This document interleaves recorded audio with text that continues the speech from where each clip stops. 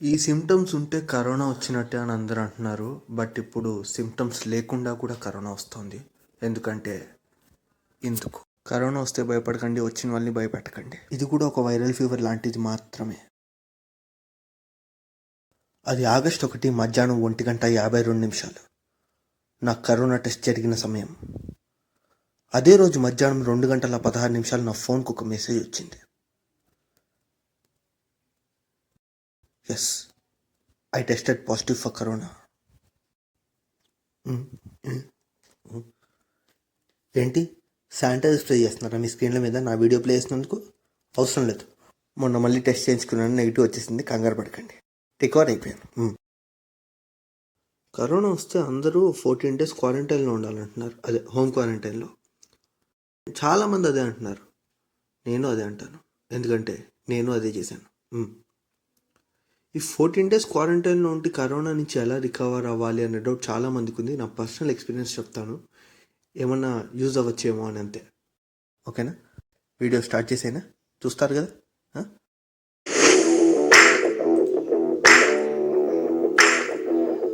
First of all, COVID positive వస్తే మనం చేయాల్సిన పని జనాలకు దూరంగా ఉండడం. మన వల్ల మన వాళ్ళకి వేరే వాళ్ళకి రాకూడదు కదా. అందుకని దూరంగా అంటే ఏ హిమాలయాలకో కాదు, మన రూమ్లో మనం ఉంటే చాలు. సో నేను కూడా అలాగే నా రూమ్లో. అండ్ ఈ హోమ్ క్వారంటైన్లో మనం ఒకళ్ళమే ఉంటాం కాబట్టి మన దగ్గర ఒక 4 వస్తువులు చాలా ముఖ్యమైనవి మనతోనే ఉండాలి. అవేంటంటే, 1 mobile phone, 2 internet, 3 charger, 4 charging slot. ఈ 4 లేకుండా ప్రపంచంలో ఉండమంటే ప్రపంచంలో ఎవడూ ఉండలేడు. అండ్ ఈ 4 కూడా ఎందుకు అవసరం అంటే, ఇంటరాక్షన్ విత్ ద పీపుల్. మనం ఒకళ్ళమే ఉండాలి కాబట్టి మనతో ఎవరు ఉండరు. చాటింగ్ కానీ, ఫోన్ కాల్స్ కానీ, ఇలా ఏవైనా ఉండాలి. ఒకళ్ళమే ఉంటే పిచ్చెక్కిపోద్ది. ఇంట్రోవర్ట్స్ అంటే అలాగలా ఉంటారు, బట్ మాలాంటి ఎక్స్ట్రోవర్ట్స్ అంటే పిచ్చెక్కిపోతారు. మాట్లాడాలి, మనుషులు మాట్లాడాలి. ఇలా కొంతమంది క్రాక్ గాళ్ళు ఉంటారు నాలాంటి వాళ్ళు, వాళ్ళ కోసం అనమాట. సో ఈ 4 ఉండేలా చూసుకోండి, ఓకేనా? అలా అని చెప్పి ఎక్కువ వాడేయకండి, రేడియేషన్ ఎఫెక్ట్ వస్తుంది. అండ్ మన కరోనా పాజిటివ్ అని తెలిసిన వెంటనే మనం దానికి ముందు లేకపోతే మనల్ని కలిసిన వాళ్ళు ఉంటారు కదా, వాళ్ళకి ఇన్ఫర్మేషన్ ఇవ్వడం బెటర్. సో దట్ వాళ్ళు టెస్ట్ చేయించుకుంటే ఏమన్నా చెప్పలేం కదా ఎలా వస్తుందో. ఎందుకంటే నాకు ఎలా వచ్చిందో నాకు ఇప్పటికీ తెలియదు. అందుకని ఒక ఇన్ఫర్మేషన్ వాళ్ళకి పాస్ చేయండి. ఇలా వచ్చింది నాకు, నువ్వు కూడా ఒకసారి చెక్ చేసుకోనన్నా అని చెప్పండి, ఓకేనా? నేను కూడా అలాగే మా ఫ్రెండ్స్కి ఇన్ఫామ్ చేశాను. అరే, నాకు కోవిడ్ పాజిటివ్ వచ్చిందిరా. నీకు పాజిటివ్ వచ్చిందా? జోకా? సరే కానీ ఈవినింగ్ రా, పునుగులు తిందాం, మస్తు రోజులు అయింది. మనకి సెన్స్ ఆఫ్ హ్యూమర్ ఎక్కువ కదా, అందుకే ఏం చెప్పినా జోక్ అనే అనుకునేవారు. సో ఫైనల్గా చెప్తూ ఉన్నాక అందరూ నమ్మారు. బట్ ఒక ఫ్రెండ్ అయితే, ఐ ఫెల్ట్ రియల్లీ ఎమోషనల్. ఒక్కడివే ఉంటావు కదరా హోమ్ క్వారంటైన్లో, నీకు బోర్ కొడుతుందేమో. నా నెట్ఫ్లిక్స్ వాడుకోరా అని వాడి నెట్ఫ్లిక్స్ ఐడి పాస్వర్డ్ ఇచ్చేసాడు అడగకుండానే. ఫ్రీగా సినిమాలు చూడు, సిరీస్లు చూడు అని. ఇంకా నా గర్ల్ ఫ్రెండ్ అయితే తన అమెజాన్ ప్రైమ్ డీటెయిల్స్ ఇచ్చేసింది, సినిమాలు చూడరా అని. రే, అమెజాన్ ప్రైమ్ నేను కదా ఇచ్చింది, గర్ల్ ఫ్రెండ్ అంటావేంటి? అయినా నీ గర్ల్ ఫ్రెండ్ ఎక్కడుంది? జనాలు వీడియో చూస్తున్నారు కదా, ఏదో బిల్డప్ కోసం గర్ల్ ఫ్రెండ్ అన్న, వీళ్ళు పని చూసుకోపో. అవును, ఎక్కడున్నాను? మా ఇంట్లో ఉన్నా కదా. అండ్ అందరూ కరోనా వస్తే చచ్చిపోతాం మేము అని టెన్షన్ పడుతున్నారు. టెన్షన్ ఏం పడనవసరం లేదు. మనం ఇండియాలో ఉంటున్నాం, మనం ఇండియన్స్, మనం దేన్ని ఎక్కువ నమ్ముతాం? మెజారిటీని ఎక్కువ నమ్ముతాం. ఇప్పుడు ఒక కాంపిటేటివ్ ఎగ్జామ్ ఉంది, ఒక టఫ్ కాంపిటేటివ్ ఎగ్జామ్ ఉంటుంది. దాని పాస్ పర్సెంటేజ్ చాలా తక్కువ ఉంది, ఫెయిల్ పర్సెంటేజ్ చాలా ఎక్కువ ఉంది. మనం ఏమనుకుంటాం? అమ్మో ఫెయిల్ అయిపోతాం అని ఫిక్స్ అయిపోతాం, ఎందుకంటే మన సైకాలజీ ఎలా ఉంటుంది. సో అదే థీమ్ని ఇక్కడ తీసుకుందాం.